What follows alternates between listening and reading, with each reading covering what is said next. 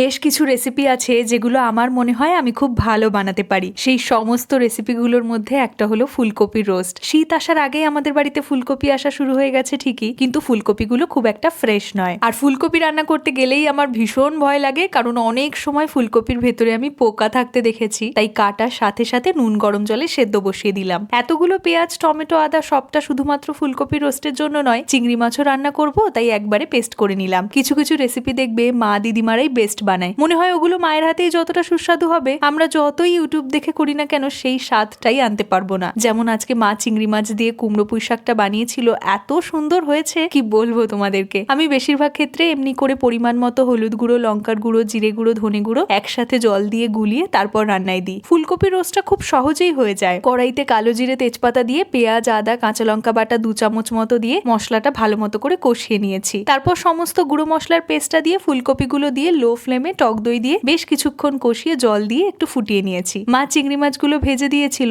আর আমি শুধুমাত্র চিংড়ি মাছের কারিটা বানিয়েছি। রবিবারের দুপুরে মা আর আমি টুকটুক করে বেশ অনেকগুলো পদ রান্না করেছি। চলো আজ তাহলে আসি, দেখা হচ্ছে তোমাদের সঙ্গে পরের ভ্লগে। বাই।